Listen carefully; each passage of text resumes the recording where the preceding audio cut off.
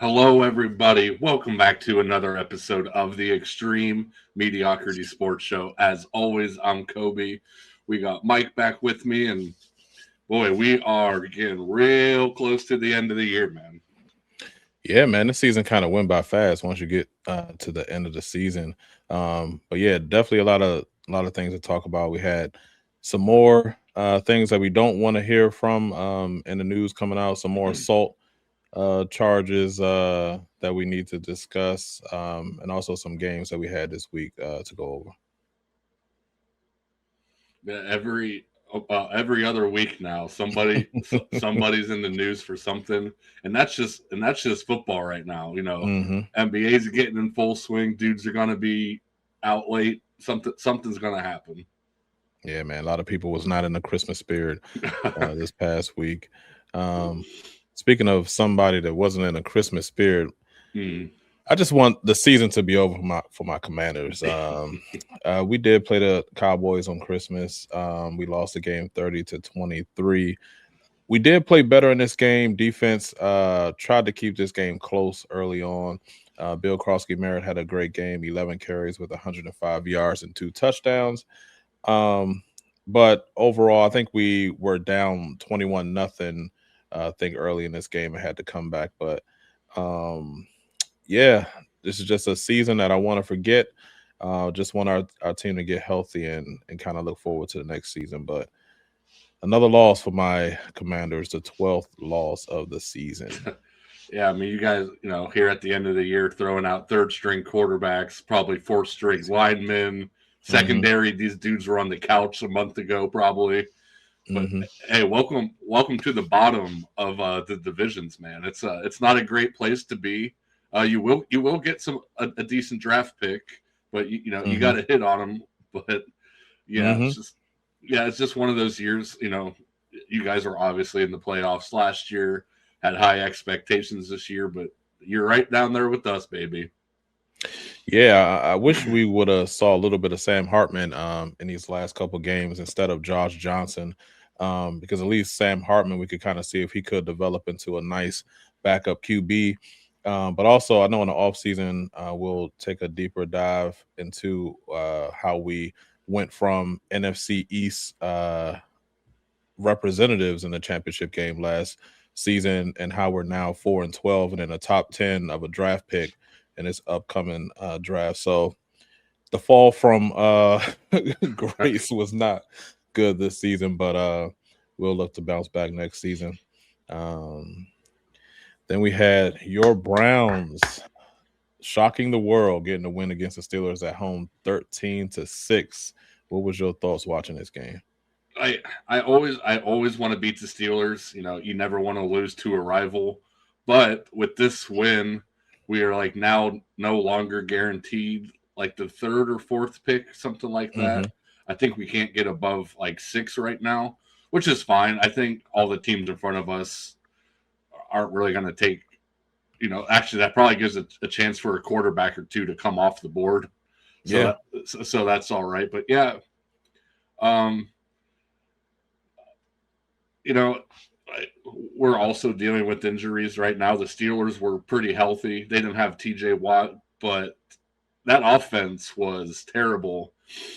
And Miles Garrett even said after the game that they were play Pittsburgh was playing to not get sacked instead of playing to win the game. Like they were running like halfback draws on like third and long and screen passes just to get the ball out of Rodgers' hand, which is kind of petty, especially Yeah. with you know they have to win next week against Baltimore now to get in. Like you could have clinched a playoff spot, but you were worried about this record, Hmm.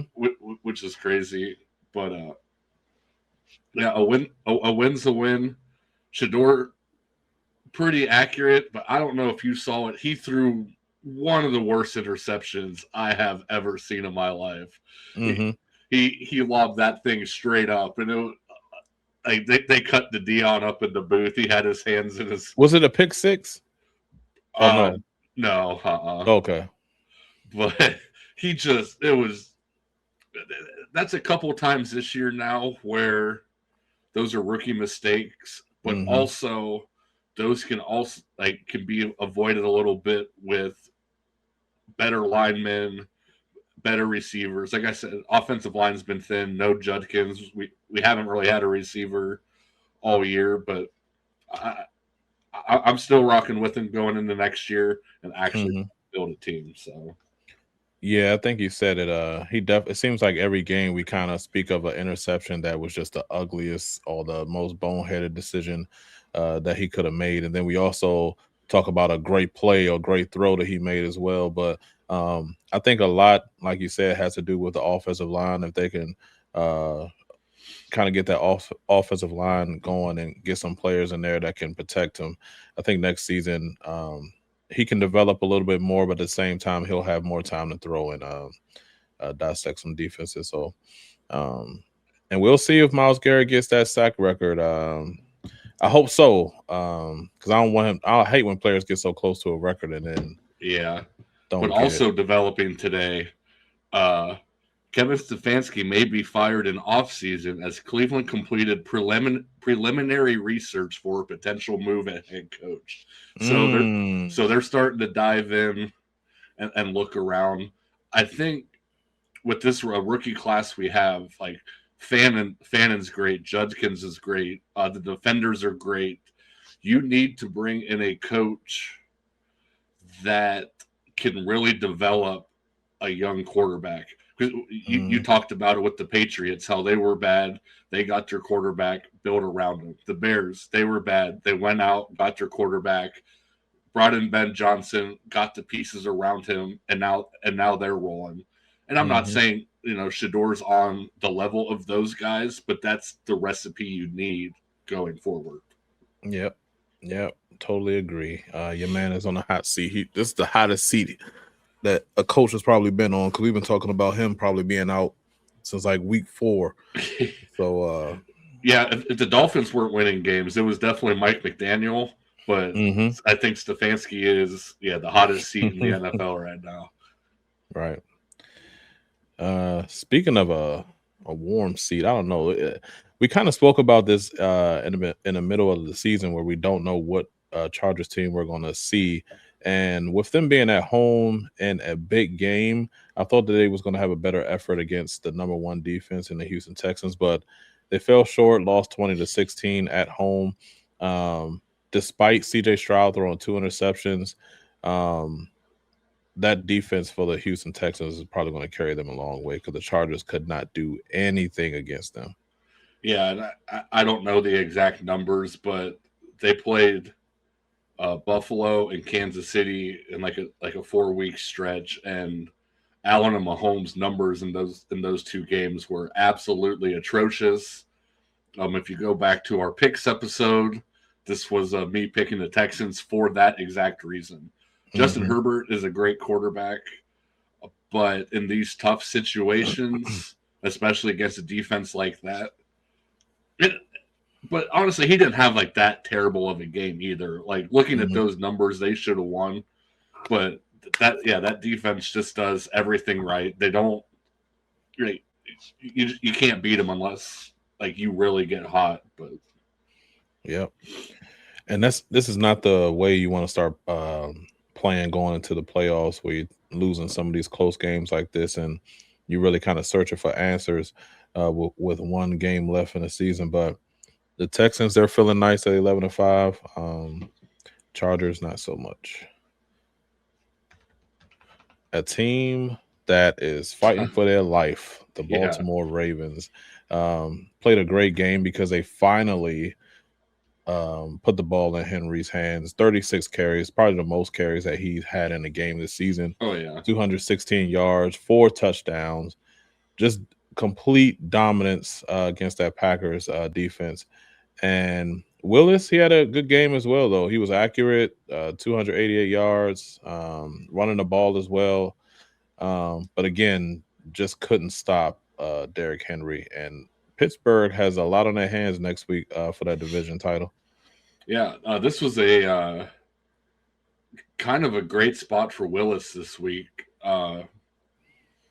Obviously, Jordan Love is the franchise, quarterback for them, but he went out and improved his resume pretty you know, pretty highly. All these teams that are in the market for a quarterback next year, this draft class isn't, you know, I don't think it's that great, but for like free agency or whatever, Willis would be a great target there for somebody. But yeah, Mm-hmm. this was the Derrick Henry they've been needing all this time.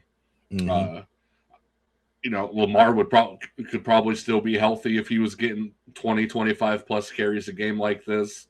And for them to be at 8-8, for one, is crazy, and two, it's a win and get in next week for them. So, Mm-hmm. man, it sucks seeing like the AFC North struggle this bad and us still being so far out of it. Right.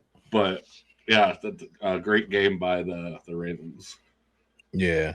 And I'm hearing a lot of questions regarding Lamar and if they should think about trading him or not, which seems crazy, especially when you look back at last season and he, could have basically been MVP. Should have been, yeah. He had better stats than Josh Allen, but do you see them possibly trying to move on from Lamar? I don't know because I've kind of heard that too. I heard of Miami's a possibility. Minnesota's an outside chance. But if you're one of these teams like Miami, like Minnesota, that's really only solid quarterback play away from taking it up to the next level Mm-hmm. and seeing what Lamar has been able to do. I mean, despite this year, we don't know what how much his injuries really affected everything, but you can tell he just wasn't himself this year. But I don't know if the Ravens should get rid of them. If anything, maybe start at head coach, go from there. Like Harbaugh's been great for him, but I don't know. I feel like with their play style, you kind of want maybe like a younger guy in there Mm-hmm. that can maybe draw up things better. Maybe a guy from college or like a young coordinator. But I I don't think Baltimore should get. I would like to see Lamar out of the division, but do I think they will? Probably not. Yeah, I agree. It's hard to move away from a two-time MVP who had a season when that he was full of injuries. Seems like every time he tried to come back, he was something else that took him out the game. But so I don't see them moving on from Lamar. But I like what you said as far as I think they should start to look at those coordinators. Um, I don't think that Harbaugh is calling any of the offensive plays, and he came from a special teams background. But if if you're just now coming around to feeding Henry, we see what can happen if you give him the Yeah. ball. So it's like, I mean, it took you all season to kind of have a game like this. Yes, he had a couple fumbles here and there, but at the same time, if your plan isn't to give Henry 25 plus carries Mm-hmm. and kind of see what happens, especially with Lamar being hurt, I think they should start looking at the offensive coordinator and also that defensive coordinator because that defense, they were not able to make adjustments. I know they had some injuries, but that defense was giving up a lot of big plays this season. So Mm-hmm. I think they should look at both of those coordinator spots going into next season. Um, this was a nice game that we had. So Chicago Bears, two great teams. Chicago Bears fell short to the San Francisco 49ers 38-42. San Fran improved to 12-4. This is another team that we kind of haven't been talking about this season just because they've kind of been quiet, winning close games, um, not really dominating anybody. And they had injuries all season. They got Purdy back late. Mm-hmm. Um, but they just continue to win. They have great coaches on that side. Um, and they actually, I mean, Shanahan, he's in his bag. Seems like Mm-hmm. the last few weeks, he's just dialing up. Doesn't matter what defense he's going against. He's just putting all his players in positions to get open. And he's feeding his star players. You always see McCaffrey making plays. Purdy is also playing on another level. Mm-hmm. And yeah, I mean, this is just two good teams, and somebody had to win. Chicago played well, but San Fran, with that experience, found a way to win this game. Yeah, you talked about a Kyle Shanahan offense. This is one of really probably the only game this year I've even thought about like who's in charge of offenses. You have Ben Johnson versus Kyle Shanahan, Mm-hmm. just two of the best offensive minds in football, and you saw it full on display here. That was a crazy game. 7-7, 14-14, 21, 28, 35. Like, and coming down to the last play like that, Yep. man, that is like, I mean, this is a potential NFC Championship rematch, and if you're getting a game like that, oh my gosh, Mm-hmm. that's just fun football. Like, you don't have to be a fan of either one of these teams. Like, at the hell with defense, just you know, just keep scoring. But yeah, that was a great game. Mm-hmm. Brock Purdy, yeah, these last couple weeks, and then him doing with his legs this last game. I think he's had like at least 4 or 5 touchdowns like every game the last couple weeks. So, Mm-hmm. and that was, I think they were without Kittle. Obviously, Ayuk's not. He's Who knows where He's speeding across the he's in country or DC something. about to take his physical. Yeah, but yeah, that was a fun game, and I would love to see this rematch in the playoffs. Yeah, Purdy with the 5 touchdowns. And he started this game with the pick 6. So it's like, to throw a pick Yeah, 6 and to come back from that, he wasn't wavered at all. You see him dancing right there. I mean, it's what you want from your quarterback. And again, this is another team that has that playoff experience. They're trying to get that number 1 seed so they can have that home field advantage, which I think they will need if they want to try to make it to the Super Bowl. But uh, both of these teams is going to be a tough out in the playoffs. yeah, and actually, I just thought about it. What we could get in the NFC playoffs? Seattle and Rams running it back for the third time, and then a rematch with these two, and then those winners play each other in the NFC. Oh my gosh, It's going to be a nice playoff. The NFC playoffs are going to be nuts. Mm-hmm. And just a few years ago, we wasn't really saying that. NFC was kind of, it was always the AFC that had all the good teams, but now it's kind of flopped a little bit. Another team that's kind of flopping is the Bills. Eagles got a close win against the Bills in Buffalo, 13-12. This was a defensive game. The Eagles only put up about 160 yards of total offense.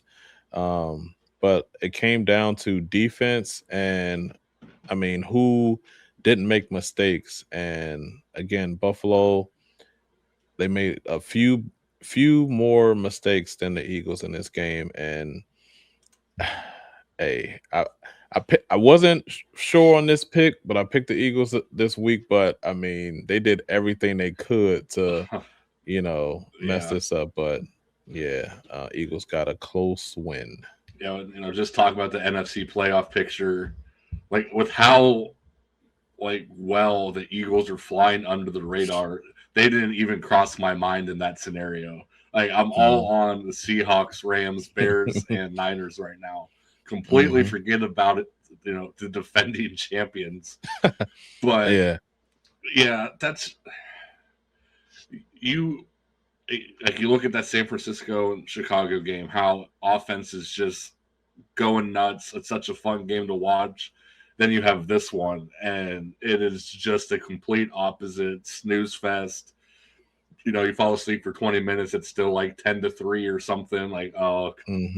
But hey, the Eagles won. They're both 11-5, and man, like you talked about it right before we went on.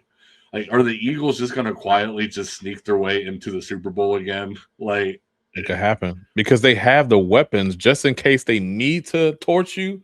They could, but then also their defense could hold you to 12. Like, I'm waiting for the Eagles to make it to the Super Bowl, and then everybody's like doing their media, and they're just like, boy, we've been playing at 65-70% all year, just doing enough to get here.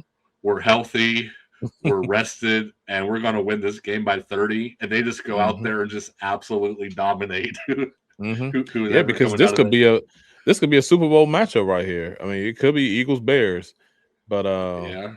who knows? Next, we had your Jacksonville Jaguars getting a win against the Colts 23-17. Phillip Rivers, man, he's doing the best he can at his age, but it is not enough. And again, we keep talking about it. Trevor Lawrence playing really well the second half of this season, and he is willing them to a. They're definitely third in the AFC right now, but hey, Jacksonville may be a sneaky team also in the playoffs. Yeah. Dang gummit, that Philip Rivers just couldn't get it going. But hmm yeah, I mean, this is what you expected. The fact that he's even out there completing passes is, good. I mean, he like his build right now, like he should not be out there. Maybe if he is, maybe playing tight end or something. But yeah, Jacksonville's been, man, they've been hot these last couple weeks, and that's Oh yeah. I don't know who they play next week, but this is getting hot at the right time. I think Trevor Lawrence is like third in MVP voting. Mm. But I mean, he's like way back. He's like plus like hmm 12, 1300 or something like that. But just the fact that he's even, you know, in the running this is fun. Like, I mean, obviously it's only been about 4 or 5 weeks, but is Trevor Lawrence finally turning into that number one pick that Jacksonville was hoping for? And they're Right, really right. like they're not like a slouch on defense either. They get after the quarterback well. The secondary plays great. So yeah, Jacksonville's gonna be a tough out too. But I mean, I don't know if like they run into like the Texans or something like that, if that offense is gonna be enough. But hmm Yeah, definitely one of the surprise teams that we were not expecting to be 12-4 at this point of the season. Um, Another game that we was not expecting an outcome like this is the Rams losing to the Falcons 27-24. And the Rams, man, and Matt Stafford, it seems like, I don't know, he just couldn't do almost anything right. It seems like a lot of big plays were getting called back, or it was close to being catches and it wasn't. Three interceptions. Um, one of those being a pick six. Uh, and Bijan. I mean, we spoke about it earlier in the season. We were saying Bijan was probably the best running back in the league. Then he took some steps back. It seems like he's, 1 week he's looking great, 1 week he's not. But the biggest surprise in this game was the Rams just looking bad against the Falcons team. This was not a good game for them. no, and this is, I think, the second game this year where Stafford has had more than three turnovers. So I mean, he's not bulletproof. Mm, You are going to have these games, but I just don't think you'd be expecting it against this Falcons team. But I mean, I guess I think he might have had a bad game against the Panthers too. Honestly, hmm when they lost, so maybe it's a thing. You know, they take it a little lightly, but no matter who your opponent is, like look, their division, the Seahawks and 49ers are right there. hmm All three of those teams can make the playoffs, but still, like these are must-win games when you're in these playoff races. So hmm competition or not, you still had a lot to play for this week.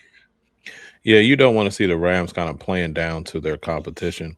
Uh, both of those losses that we're talking about, the Falcons and the Panthers, those are two wins that they should have had.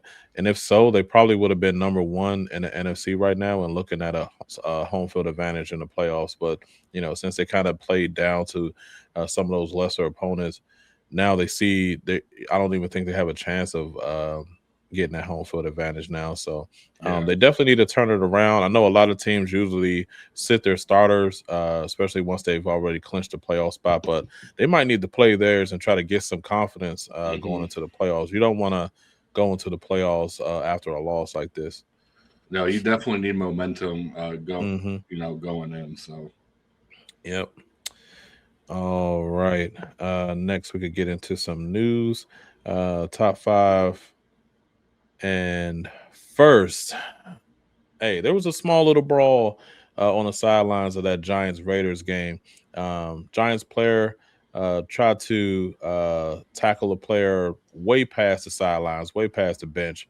And if you blocking somebody or trying to get somebody down far into the play like that, the Raiders player is definitely going to be upset. So had a little small brawl, pushing and shoving going on in this game, but again, that was kind of disrespectful. You can't be just throwing yeah, around somebody like that way past the bench.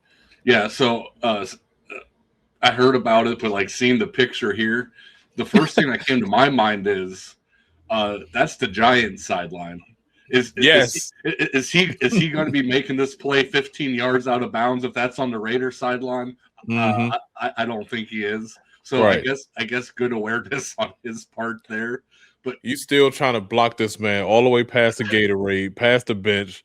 Like, nah, that's too he was, much. hey, maybe the dude bought a ticket and he was just helping him get to his seats. But Right. what don't the Giants and Raiders have like combined like 5 wins this season? Well, yeah, So they're both what pretty are we bad. doing? You're at the end of the Hmm. year. Just Right. Let's try to get just out get of there. off the field, man. Yeah. Um, next, Panthers look pretty bad facing the number one team in the NFC, Seahawks. Panthers only put up 139 yards of total offense. They was 1 for 11 on third downs. This is my sneaky pick to win that division, or it was. But they didn't show it in this game. They looked pretty bad against the Seahawks.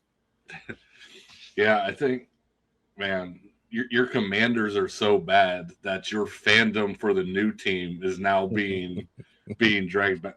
Hey, you jumped on the Panthers at the right time. You just didn't get out. You just stayed too long. Yeah, I think it stayed too long for But sure. but that's also just how well Seattle's playing this year too. The offense, as long as Darnold's going, that offense is fine. But man, Seattle's defense, you talk about the Texans, how it's allowing them to win the games. But I'd say, like, of all the teams that can make the playoffs right now, that all have these like really good defenses, Seattle might have the best offense out of all these great defensive teams. I don't know if like who's going to match up well against them right now. So Seattle's still rolling. Yeah, they are still rolling indeed. Next, a team that is not rolling, the Bucks lose again. Ugly loss to the Dolphins, and turnovers were definitely a key factor in this loss. Well, let me correct you. The Buccaneers are rolling, but man, it's downhill in a hurry. It's like a snowball in the winter. The more it rolls, the more it gathers, and the faster it goes. Uh, I guess to put it in Buccaneers terms, the ship is sinking, Mhm. and that boat's got a big old hole in it. Uh, It's sinking fast. yeah, man, it was so fun, and it's crazy. Like I'll always be a fan of Baker. I know. I kind of wish things would have gone differently with him here. It was so fun talking about them at the beginning of this year. They were putting up points. Baker was out there doing his thing, and I know they had injuries and everything, but this fall off was crazy. I think they're 1-7 since like week 10 now. Yeah, it was pretty bad, man. But the Bucks again, they still have a chance to get in with a win next week against the Panthers. So we will see. Um, Tyler Shuck, man, he's been playing well as of late. We definitely was not saying this about the Saints earlier in the season.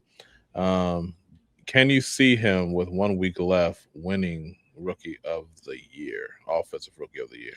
Uh, if he I think he'd have to have a game of a lifetime to maybe do that. I do think McMillan there in Carolina has done enough to win that. And if if the Buccaneers wouldn't have fell off, Emeka Ibuka had like a 4 or 5 week stretch at the beginning of the season where he looked like he was going to just shatter rookie records. But yeah, I don't know. I don't think he can win it, but he stepped up great, and he was in the news a lot before the season started. He kind of had a viral video of them and just like training camp doing throwing drills, and he kind of just stood there and like threw like a weird like underhand sidearm throw like, on a simple route overthrew the receiver terribly.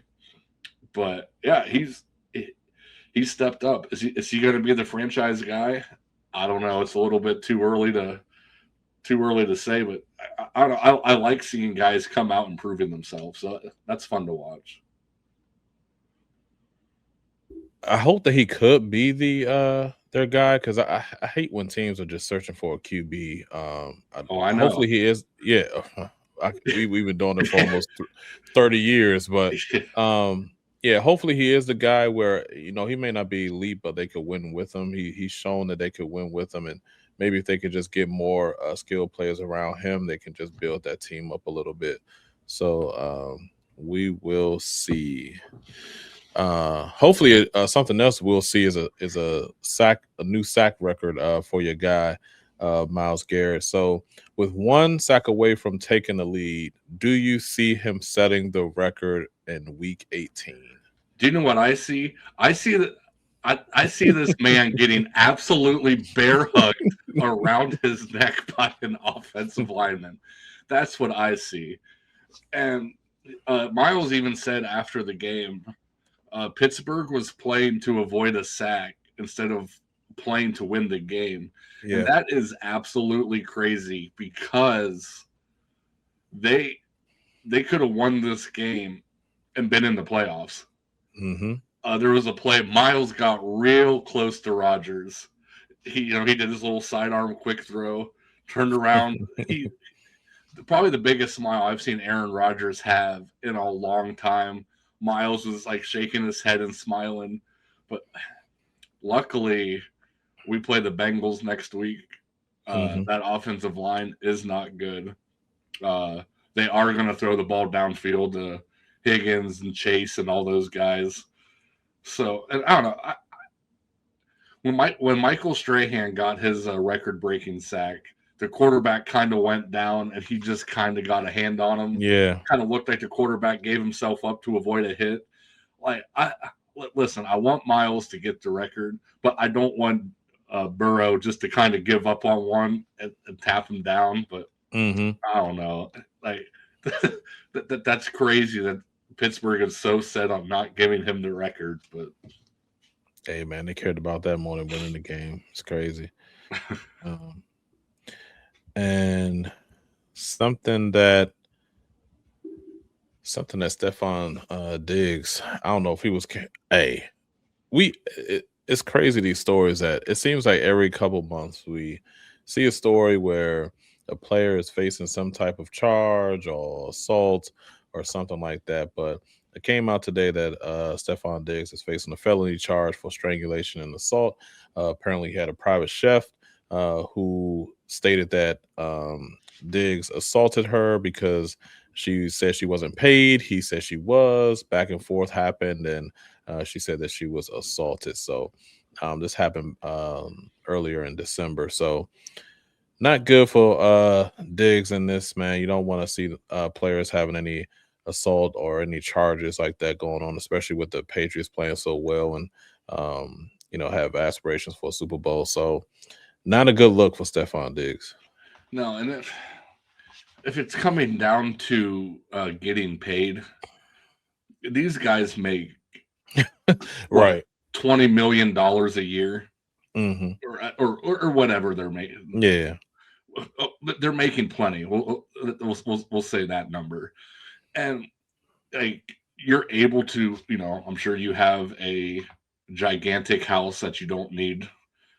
You obviously have a private chef who, is there cooking all your meals. So like when something like this happens, when we're like, I wasn't paid, like, well, why would you not get paid? Just like Mm-hmm. whatever he's paying you would probably be like me paying somebody like $5 Mm-hmm. to like make my food. Like, why wouldn't I pay that? But Mm-hmm. then you think about like the track record for NFL players and like, I mean, just athletes in general. It's just more NFL right now. These guys do the dumbest things I've ever seen in my life. So like, just as like an outside guy reading this report, one, like, why would you not pay her? Then I'm like, well, like, We've heard I some don't, crazy stories this season. yeah. So who knows, Yes. man? But yeah, like you said, these guys are on the brink of a playoffs. Could make a run at a Super Bowl. You're the best receiver on that team. And, man, you don't need these distractions. The team will not suspend this man. There is no suspension coming for Diggs at all. None whatsoever. And like being at this point of the season, if he would get suspended, it would probably be like a 3-game suspension, but it wouldn't Mm-hmm. go on till the first 3 games next. They are not, he's Yeah, not going to get suspended for these playoff games. definitely not. It's not happening. And then his brother, Trevon Diggs, released today by the Cowboys. He is in the waiver portal. If he is not picked up, he will become a free agent. What are your thoughts on this release for Diggs? Well, hearing the reason why it happened, I don't think so. What happened was they were just playing against the Commanders in DC, where he's from and has family. They're coming up on Christmas break, and he went to the coach. He went to whoever he needed to. Was like, hey, you mind if I just stay here? I'm going to be here for the holidays. Um, it would just save me some run around. And Schottenheimer's like, no.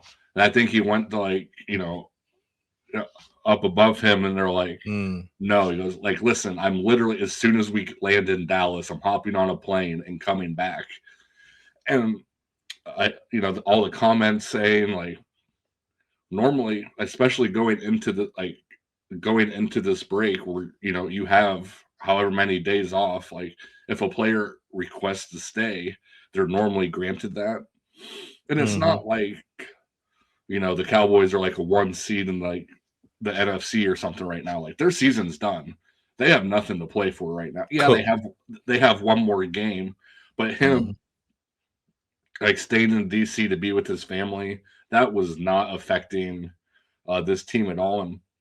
And he's been a Pro Bowler a couple times the last couple years. So Yep, was a Pro Bowler, I believe, twice, but definitely a weird story and a weird reason to get released. And I know, like you said, the Commanders, they played on Christmas on Thursday. They didn't have the report back until Monday. So I mean, like you said, normally they're granted. If you're on the road and you want to stay there, you can do that because you're not coming back for any meetings or anything until the following week. So, but I know Trevon, he didn't look good. At points this season, he was battling injuries. So it's probably a way to get out of that deal. But it also is a bad look because before they release a player, I'm sure they tried to trade him. So, no other team probably wanted to trade for Trevon.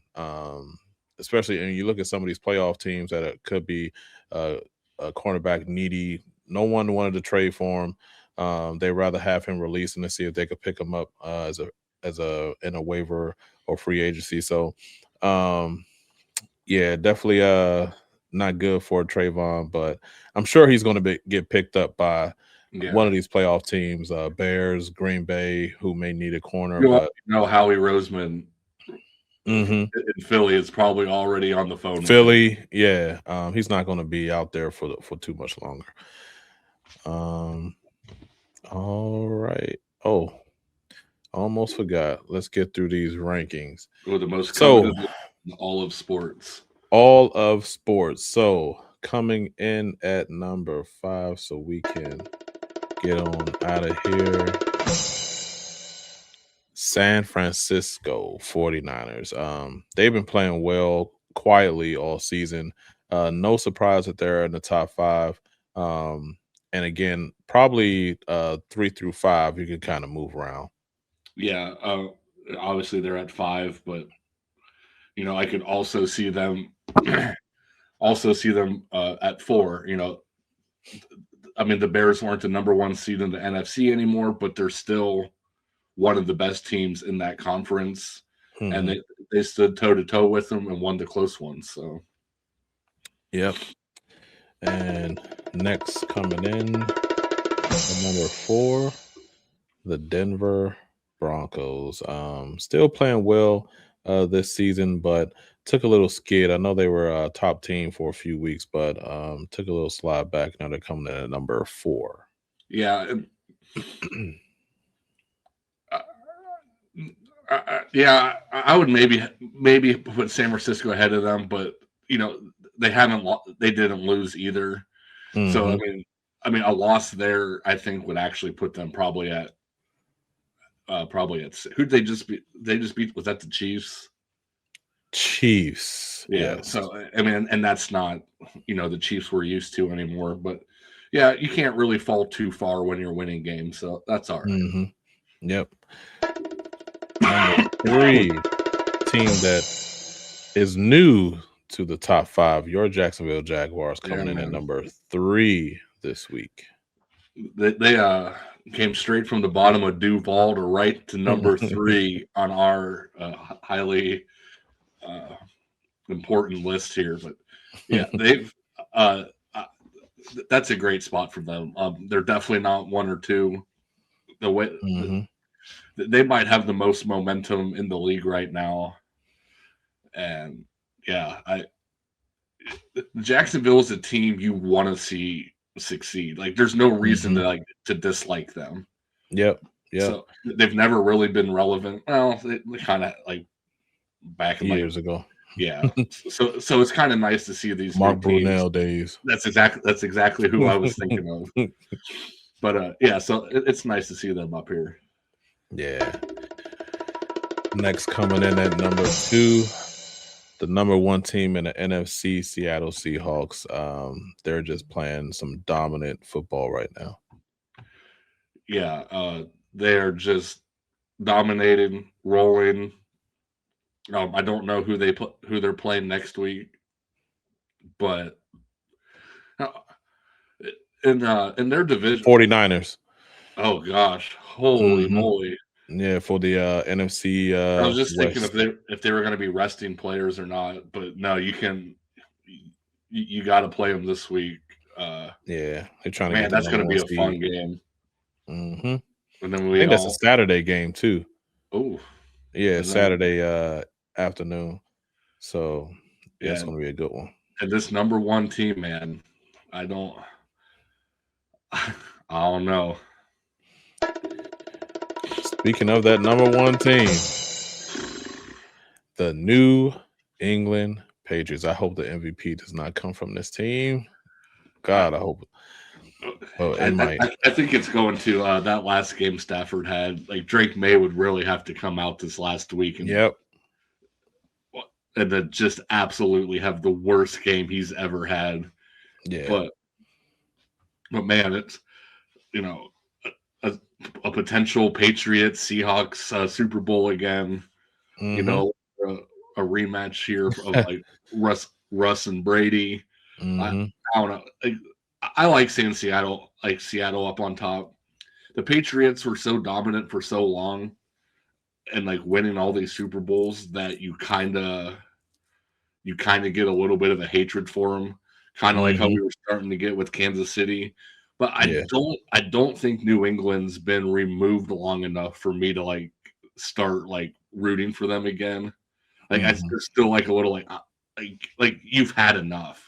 I know it's not with these players and coaching and whatnot, but they've had enough. I'm not ready to see another New England Super Bowl yet.